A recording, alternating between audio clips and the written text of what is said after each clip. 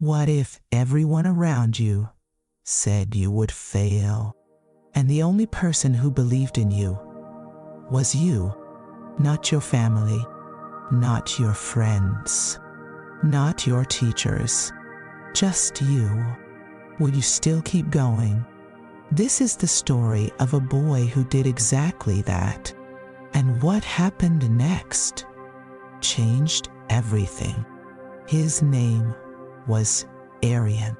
He was 15 years old, thin, quiet, easy to overlook. He lived in a small town where most people knew each other's names and each other's limits. His father was a tailor. His mother worked long hours at a local shop. They were not poor, but they were not comfortable either. Every rupee was counted. Every dream had a price tag. Aryan loved one thing more than anything else in the world: writing. Not just writing for school, not just essays or homework. He wrote stories, real ones, pages and pages, filled at night when the house went quiet and everyone else was sleeping. He had this old notebook, brown cover, torn at the edges. He called it his world because inside those pages, he could be anyone. He could go anywhere. He could matter. But in real life, Aryan was invisible. One afternoon, his school announced a state-level writing competition. First prize, a scholarship, recognition, a chance. Aryan's heart jumped. He stayed up 3 nights. He rewrote his story 7 times. He poured everything into it, every feeling he had ever swallowed, every dream he had never said out loud. He submitted it, and then he waited.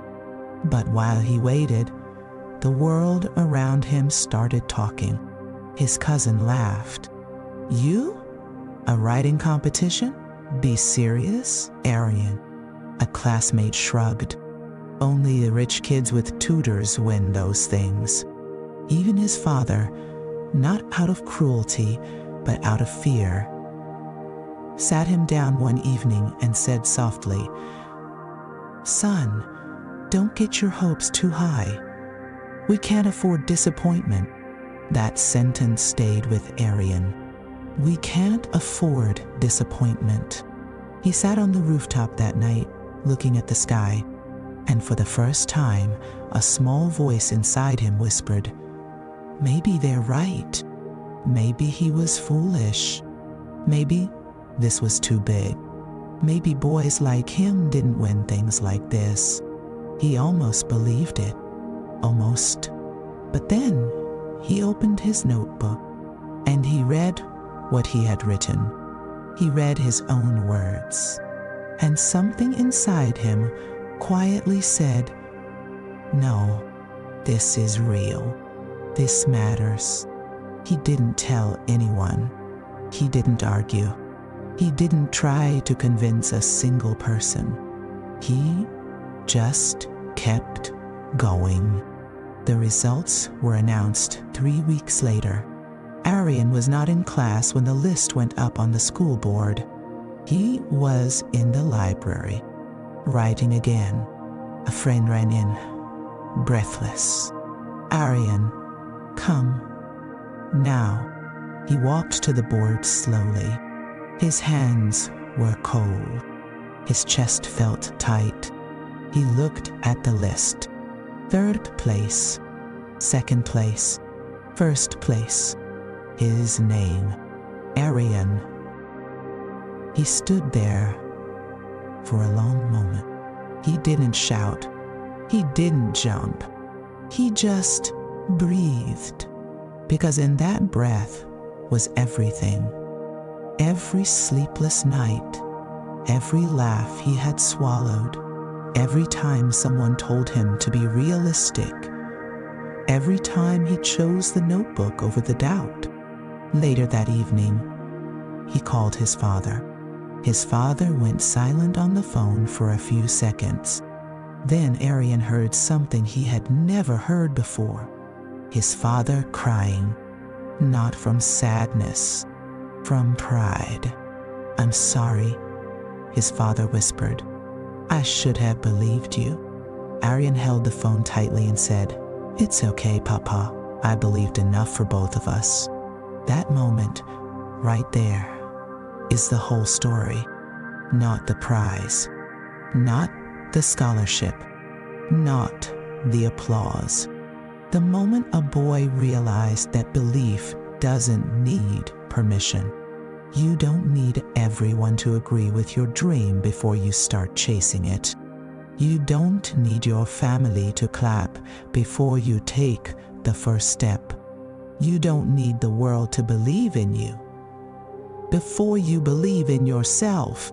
Because here's the truth nobody tells you when you're young.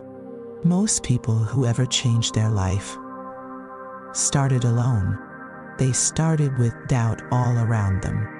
They started with fear inside them. They started with zero guarantees and one small fire burning quietly in their chest.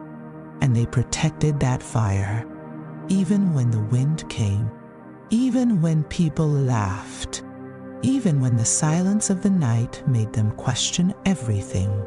They protected it.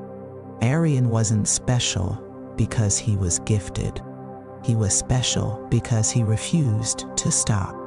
Think about your own life for a moment. Is there something you've been quietly dreaming about? Something you've never said out loud because you're afraid someone will laugh? Something you've already half given up on because someone told you to be realistic? Let me ask you this. Whose voice are you listening to right now? Theirs or yours? Because the people who told Aryan he couldn't, they were not evil. They were not his enemies. They were just afraid. Afraid of failure. Afraid of hope. Afraid of wanting something too badly. And they handed that fear to him like a gift. He chose not to take it. You can make the same choice. You don't need to win a competition. You don't need applause or a certificate to prove your dream is real. You just need one thing, one quiet, unshakable decision that you will not stop.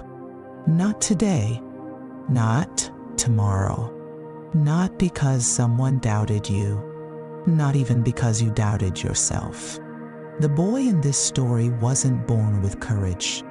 He built it one page at a time, one night at a time, one no at a time, and you can build yours too. So here is the lesson. Simple, clear, yet real. The world will give you 1,000 reasons to quit. You only need one reason to keep going. Find that one reason and hold on to it like your life depends on it. Because your life, the life you actually want, it does. Believe alone if you have to, because sometimes that's exactly how destinies are changed. If this story touched something in you today, share it with someone who needs to hear it. And if you've ever felt like Aryan, like the only person believing in yourself, tell me in the comments. You are not alone, and you never were.